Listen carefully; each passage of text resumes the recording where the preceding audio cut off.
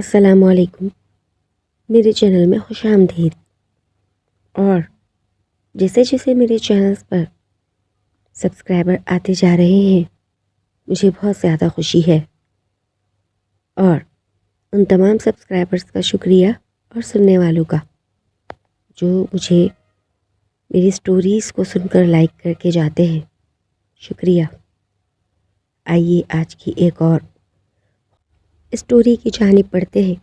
میری سٹوریز کا مقصد صرف اور صرف آپ کے لیے تھوڑی سی انٹرٹینمنٹ ہوتی ہے، ان کا ریئل واقعات سے تعلق نہیں ہوتا، کیونکہ اکثر ایسے کمنٹس آتے ہیں کہ یہ اسٹوریز ہیں، فیکس ہیں، ریئل نہیں ہیں۔ تو جناب، ریئل اسٹوریز یا واقعات اگر کوئی مجھ سے شیئر کرے گا تو لازماً میں اسے ریئل کہہ کر ہی سناؤں گی، اور جو محض ہارر انٹرٹینمنٹ کے لیے ہوتے ہیں وہ اسٹوریز میں آپ کے لیے لے کر آتی رہتی ہوں۔ شکریہ۔ لہٰذا میری اسٹوریز کو لازمی سنیا کریں اور اسے انجوائے بھی کر کے جایا کریں۔ چلیے آئیے آج کی ایک اور خوفناک کہانی، جس کا نام ہے خوفناک جانور۔ سامی، جو کہ آج طاہرہ کا بے چینی سے انتظار کر رہا تھا۔ سامی بے پناہ طاہرہ کو چاہتا تھا، لیکن افسوس کی بات یہ تھی کہ ان کے ملنے کی جگہ بہت ہی زیادہ خوفناک تھی۔ دو گاؤں کے بیچ میں ایک گھنا جنگل تھا۔ یہ وہیں پر ہی اکثر شام ڈھلتے ہی ملاقات کیا کرتے تھے۔ ان دوران ان لوگوں نے ایک وقت مقرر کیا ہوا تھا کہ جب ہمیں وہاں ہر حال میں ملنے پہنچنا ہے۔ سامی، جس کی عمر کوئی 20 سال تھی، اور طاہرہ، جس کی عمر 18 سال تھی، دونوں کی ملاقات اور محبت کی پینگیں ایک شادی سے بڑھنا شروع ہوئی جو کہ سامی کے کزن کی تھی۔ سامی اپنے کزن کی بارات طاہرہ کے گاؤں لے کر گیا تھا، اور وہیں سے ہی ان کی کہانی کا سلسلہ چل پڑا۔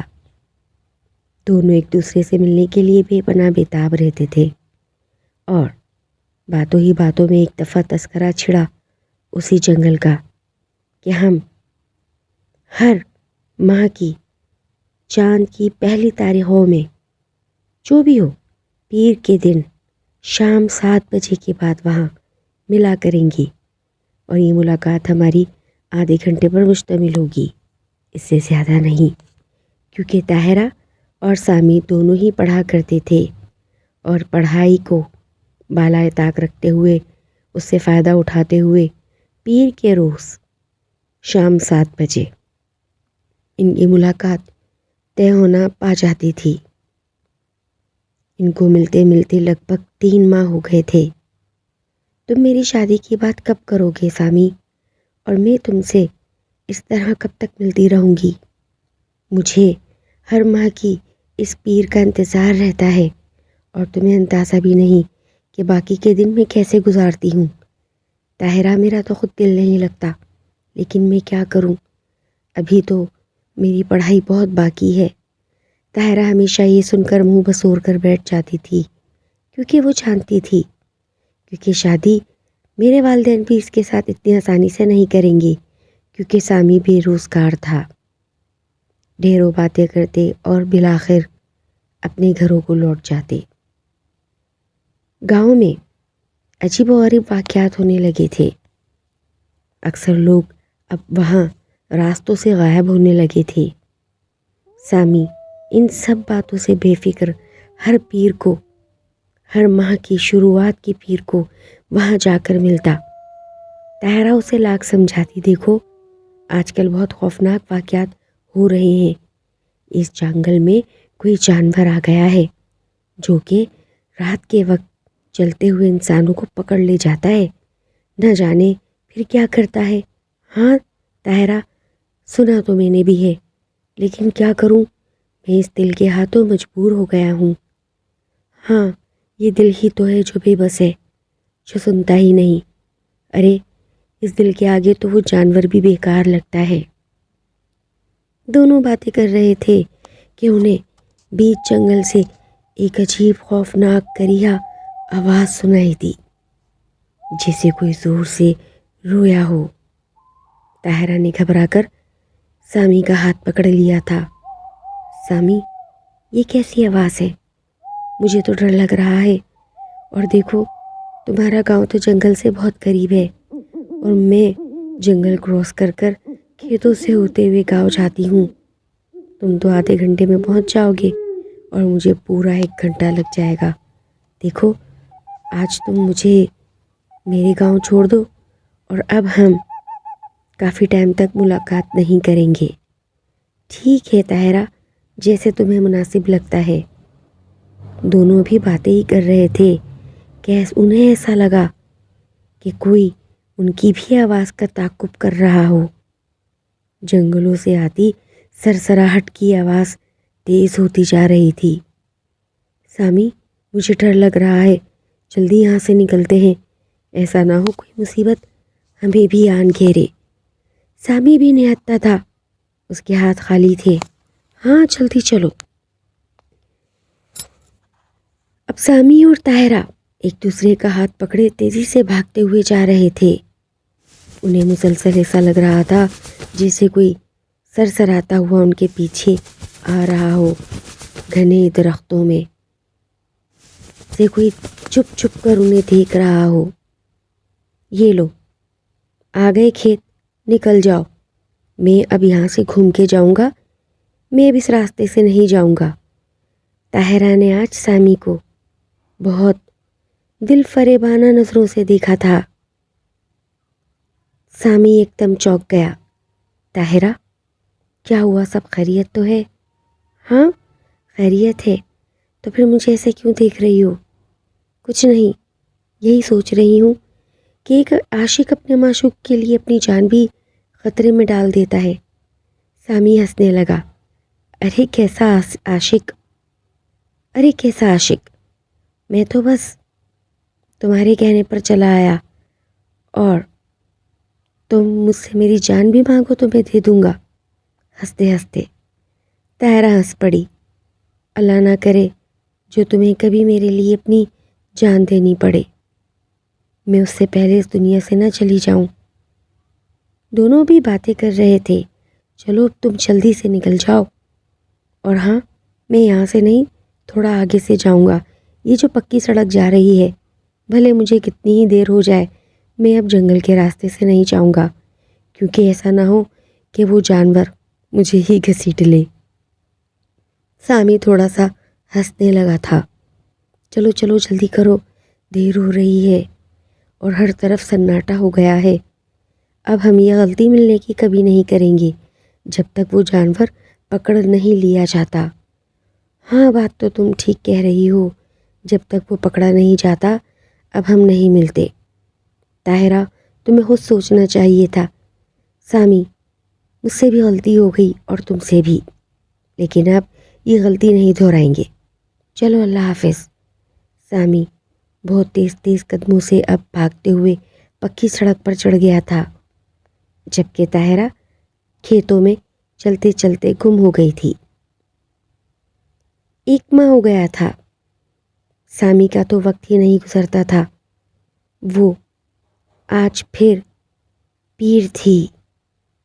سامی نہ چاہتے ہوئے بھی جنگل کی طرف جانا چاہتا تھا، لیکن اسے خطرہ تھا کہیں وہ جانور پھر سے اس جنگل میں ہمیں تنگ نہ کرے۔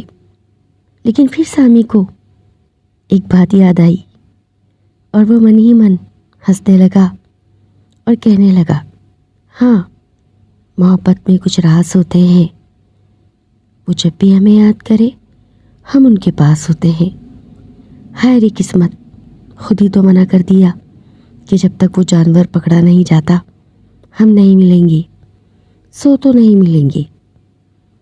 بہت دن ہو گئے میں نے طاہرہ کی شکل تک نہیں دیکھی، لیکن کیا کروں، ہمارے ملنے کی جگہ بھی تو اتنی ہارر اور اسکیری ہے۔ خیر، آج نہیں تو کل ملاقات ہو ہی جانی ہے۔